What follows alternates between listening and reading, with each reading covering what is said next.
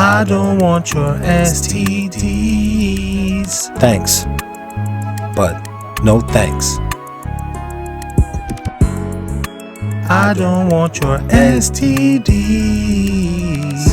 I mean, I'm sure you got them. Them jeans is tight than a mug.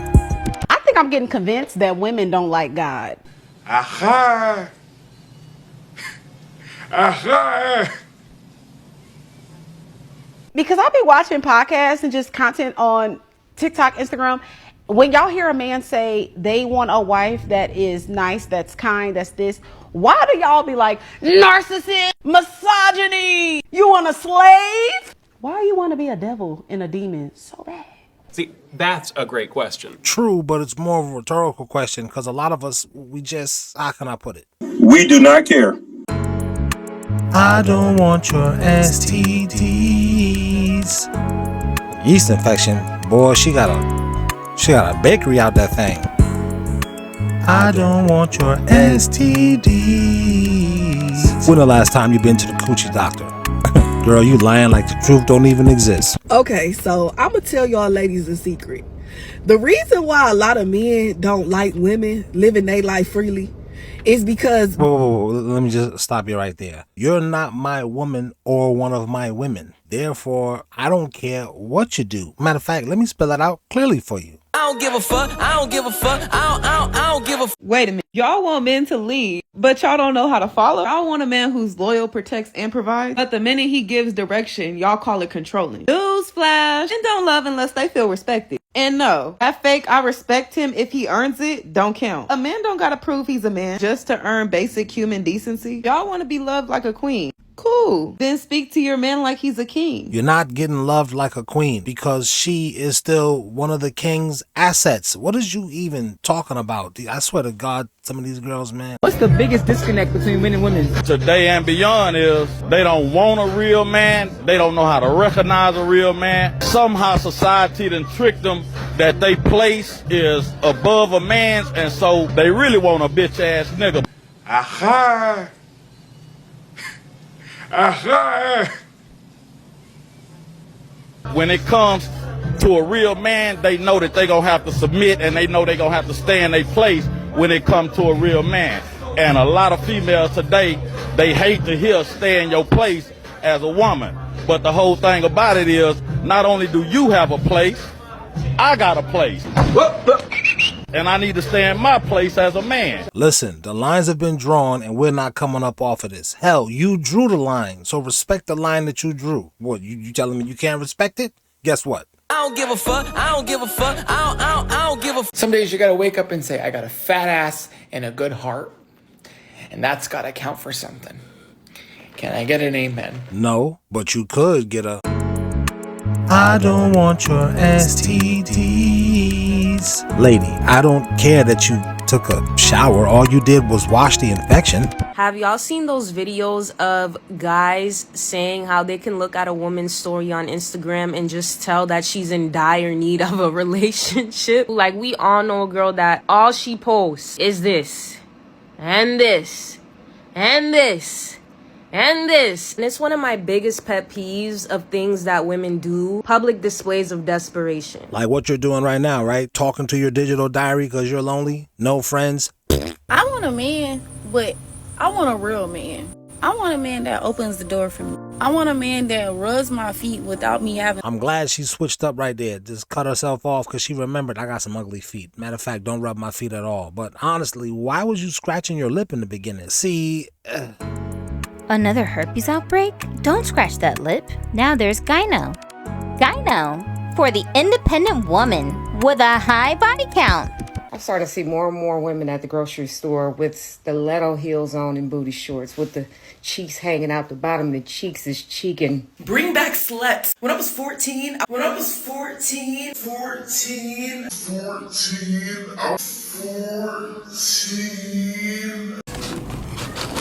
Do I smell a whore? I would walk around in my volleyball shorts in the grocery store with my butt cheeks out, and I didn't give a fuck. Now at the ripe age of 27, I know men. I know the male gaze exists, but I'm bringing back sluts. I know the sluts never left. The slut in me will be back this summer. plan to see my butt cheek. Girl, we see you cheeking out here. What's happening? It seems like the desperation is getting real. Why are we becoming so desperate as women? Because women need men for attention. If nothing else, women need men to look at them. Heterosexual women need guys to look at them.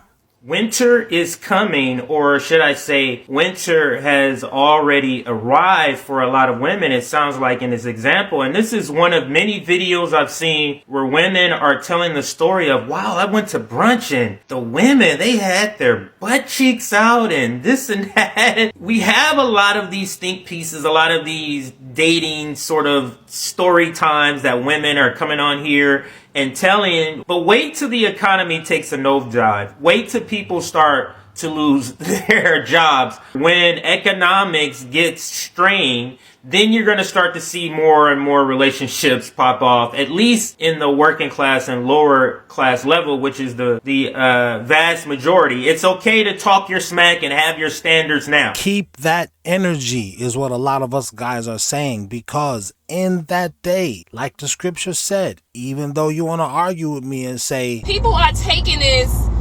Isaiah 4:1 verse from the Bible, and men, not women, it's always the men, not all men, but majority of y'all who believe that, you know, it's going to be 10 women or 20 women to one man, or y'all believe that eventually a woman going to have to share a man, and y'all telling me 2 men told me to go refer to Isaiah 4:1 in the Bible. First of all, you need to go read that scripture for yourself, because the Bible is a spiritual book. It's a spiritual, metaphysical book. So if you believe that this man really has 700 wives, then that's only because your carnal and your level of thinking, your carnal mind and your spiritual fleshly desires. You're supposed to use the Bible to open up your spiritual eye. And clearly a lot of y'all spiritual eyes is not open if you believe that this man has 700 wives. my rebuttal to that is keep that same energy. Our rebuttal to that is keep that same energy. Men are able to love more than one woman. I'm not talking about, as I said, just a random sexual relationship of fornication. I mean that there are many black men who have children by more than one woman. What is to become of those children? They need their father. But if you would cheat on me or walk out on me... Well, see, that's what I'm saying. We have to get into definition. Who told us that was cheating? Where did that idea come from that that's cheating? To the economy now, where staggering numbers have been released surrounding black women in the labor force. A new report shows more than 300,000 black women have left the workforce in just the last several months. That's according to the U.S. Bureau of Labor Statistics. Joining me now is gender economist Katika Roy to break this all down and why. Now, the title here is slightly misleading. It says left the workforce, but the majority of them have gotten either fired or laid off. One of my boys was actually just telling me not too long ago that he noticed that his rate of hey big head texts coming in increased exponentially. Let's go. And so we've talked about the consequences, but is there an upside to all of this? Are we seeing women pivoting to entrepreneurship as they're leaving the workforce? What then are they doing? You know, that's a great question. And the truth is, we don't know where all of the 300,000 black women that have actually been pushed out of the labor force have gone.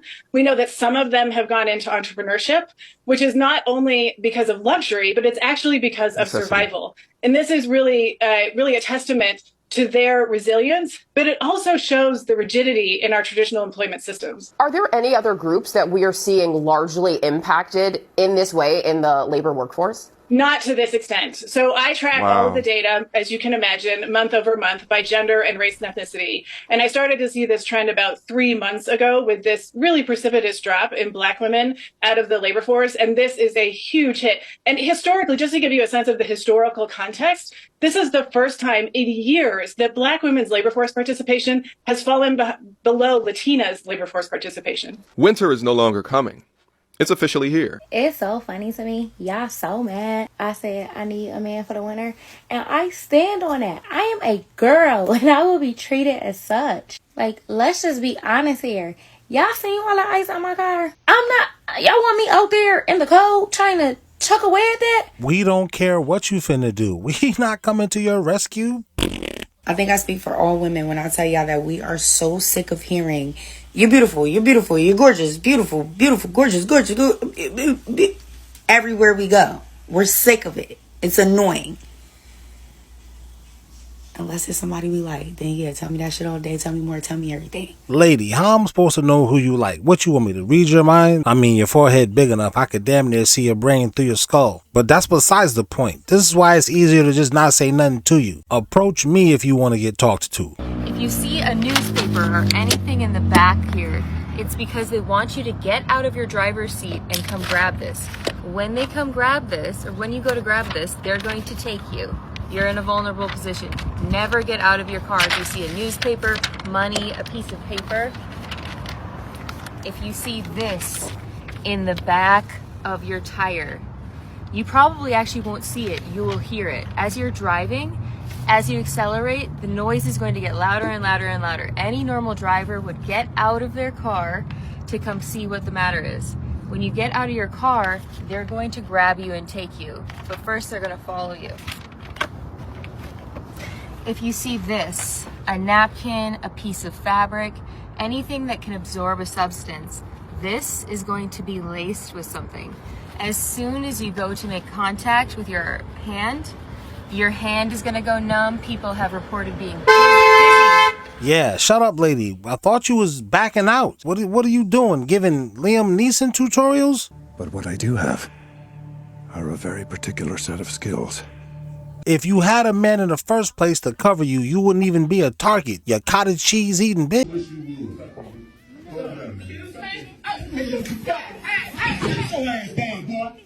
Don't come walking up on me. What's wrong with you? Bro, let go of me, dude. Let go of me, dude. Bro, let go of me, come and get this nigga. Bro, let go of me. Don't you ever walk up on me like you did. Now, I played this video because this lady's comment right here. Now, I blurred out her name and her face because it's not about putting her on blast. It's the sentiment, which is, this is not okay. We don't even put our hands on our children. His parents need to sue that school, that man, and the woman that was in the room. And the reality is, you working too many jobs, too many hours, because you don't need a man, but you still need to pay your bills to fund your rebellion against nature, to be looking after your kid. He think he tough, and honestly, this man just saved that kid's life. The youngins be like the YNs. I don't support that YN generation, y'all. I'm apologizing ahead of time if you a YN and you love that name, bro. But that YN's like, I'm good, bro. I'm good, bro. I love God too much to be a YN. I'm just put it at that, bro. I love myself too much to be a YN, bro. You can call me an unk, YOG, whatever it is, but that whole, like, we have a common enemy, and y'all want to, you know what? Y'all want to kill our own people, dog. Like, come on, man. I'm good. Anybody killing our own people? Again, I know war is war. I'm not getting into any gang politics. I shout out to all and salute to all the OGs out there that's really putting the morals and principles into these youngins and putting their best foot forward and being family men. But yeah, that generation, this youngin, nah, I'm good, bro. I'm good, bro. I'm good. Y'all can have that name. Y'all can have that shit. I don't want nothing. I don't anything to do with it. I'm not connected to it. Nothing. Yo, I just seen this video of a woman who posted on TikTok and said that she just asked for a divorce from her husband because she felt, God, I don't know how to say this without it kind of sounding a little crazy, because she felt like she wanted and expected kind of to feel and have more out of the relationship than she felt she has currently. Mind you, I think she's been married, I think she said 10 years. They have kids together. She said, he's perfect. Does this sound familiar? Because this sounds like a video of mine that blew up not long ago about me talking about the woman who divorced her husband and then regretted it later. That regret is in part why I believe men don't care. Another reason why we don't care is because we have always had all the options. Society somewhere tricked these simpy dudes into thinking that their single independent mom had the options. Okay, listen. So she said he's a perfect human being, perfect man, kind, respectful, patient, all this amazing stuff she was saying about him. Amazing father.